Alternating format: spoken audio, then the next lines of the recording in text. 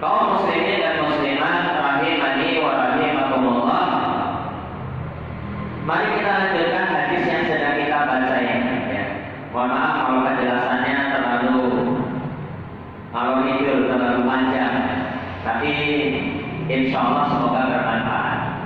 Kita lanjutkan hadis yang kita baca. Seorang muslim tidak boleh mendolimi muslim yang lain. Wala yusriquhu, tidak boleh juga menyerahkan saudaranya kepada musuh. Ya, jadi ini sesama orang Islam, ternyata dia lebih cinta kepada musuhnya daripada cinta kepada saudaranya sesama muslim. Dia lebih bahagia, lebih senang kalau dekat dengan orang kafir, dan dia merasa risih, merasa tidak nyaman ya ketika malah dekat dengan saudaranya sesama muslim. Ini kan payah ya, ini bahaya. Ini ada masalah dengan keimanannya, dan ini tanda-tanda kemunafikan. Orang munafik itu lebih dekat kepada orang kafir daripada kepada saudaranya sesama muslim. Ya, hati-hati.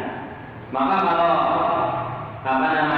kok ada misalnya saudara sesama muslim kesusahan, misalnya sekarang di Palestina, ya di Palestina mereka berjuang untuk hidup, ya kan,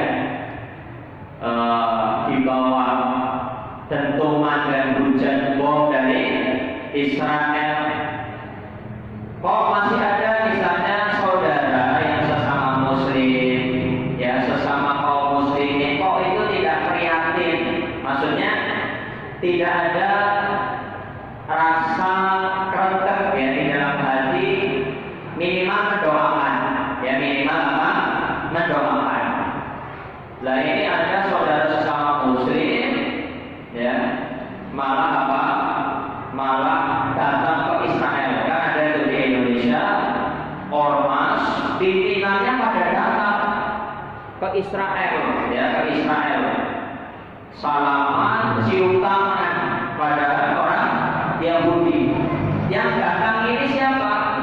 Pemimpin kaum muslimin, ormas itu apa? Organisasi masyarakat yang ada di Indonesia. Panjenengan bisa lihat foto-fotonya, videonya ya di media sosial, itu banyak saudara.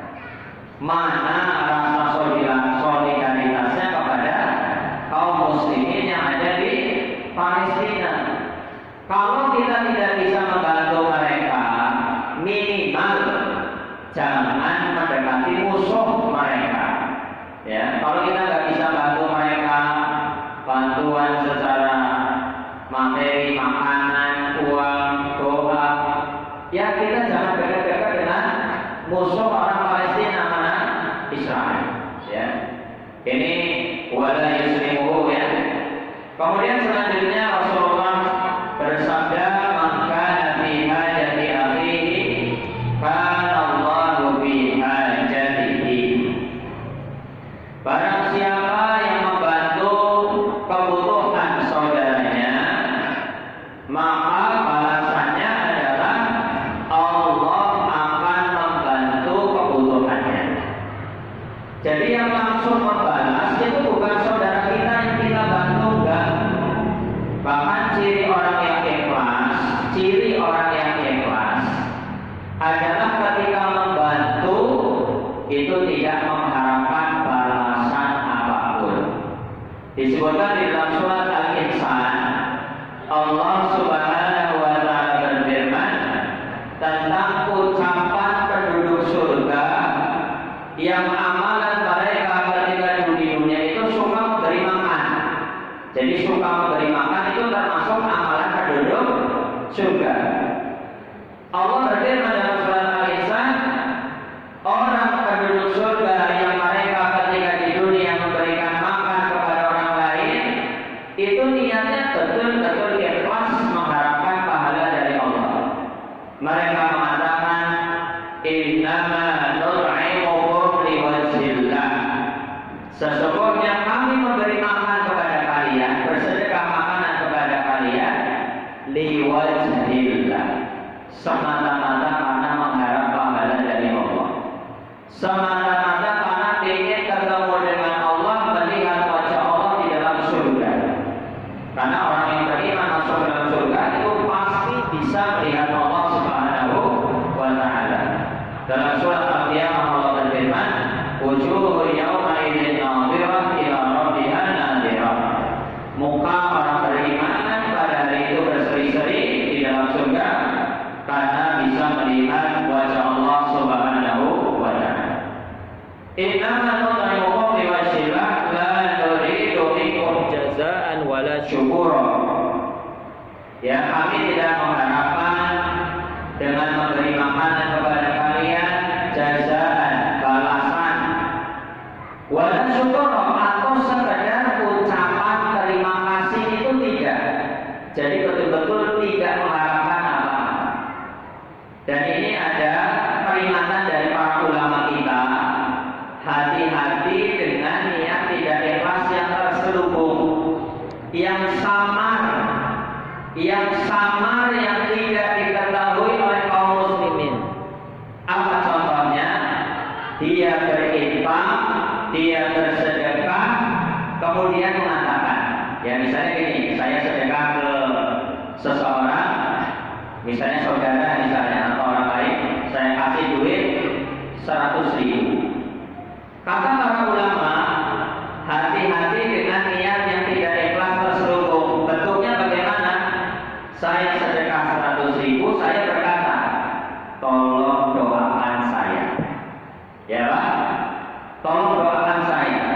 Ini para ulama memberikan peringatan, ini termasuk ketidakikhlasan.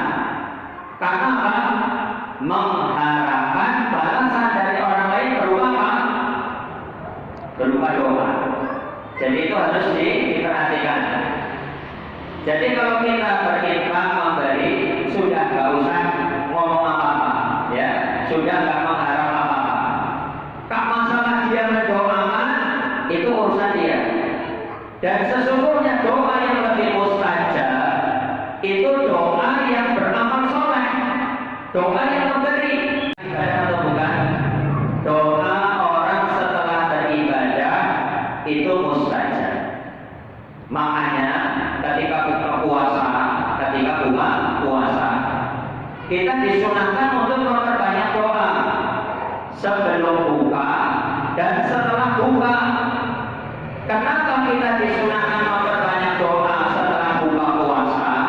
Ya, setelah buka puasa, karena doanya mustajab setelah dia menyelesaikan ibadah puasa.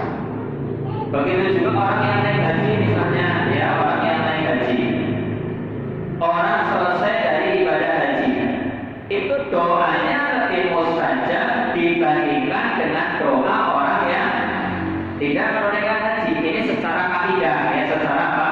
Kaidah. Kenapa? Karena dia telah selesai dari ibadah. Ya. Kemudian saya selesaikan ini, saya terjemahkan saja potongan hadisnya. Wa man faraja an muslimin qurbatan farajallahu anhu qurbatan min qurbi yaumil qiyamah. Barang siapa yang melepaskan satu kesusahan dari saudara sesama muslim, maka balasannya Allah akan melepaskan kesusahannya pada hari kiamat. Wa man satara musliman satarallahu yaumal qiyamah. Barang siapa yang menutupi aib seorang muslim, maka balasannya Allah akan menutupi aibnya pada hari kiamat. Hadis ini muttafaqun alaih, diriwayatkan oleh Imam Bukhari dan Muslim. Ya, saya kira cukup di sini karena waktunya sudah habis. Semoga bermanfaat. Ya. Jadi sekali lagi, ketika kita membahas memenuhi kebutuhan kaum muslimin, kita harus memposisikan diri kita ada di mana? Ada di pihak pemberi, orang yang memberi, bukan orang yang menerima. Tangan di atas lebih baik daripada tangan di bawah. Wallahu ta'ala a'la wa a'lam bishawab. Kita tutup